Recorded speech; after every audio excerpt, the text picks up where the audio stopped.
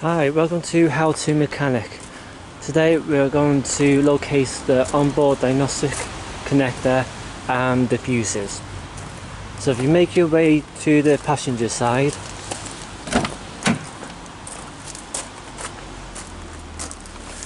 and then go to the glove box.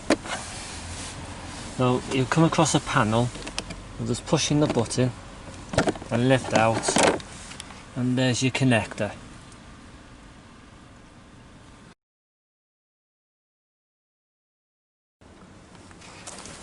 Open the hood. The lever will be located on the passenger side.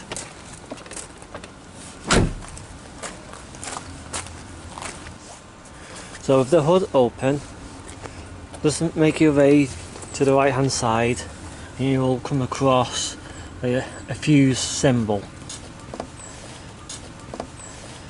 So just unclip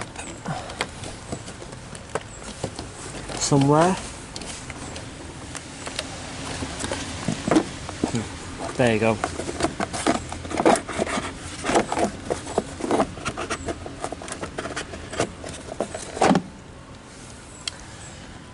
And there you have it. All the fuses are located here.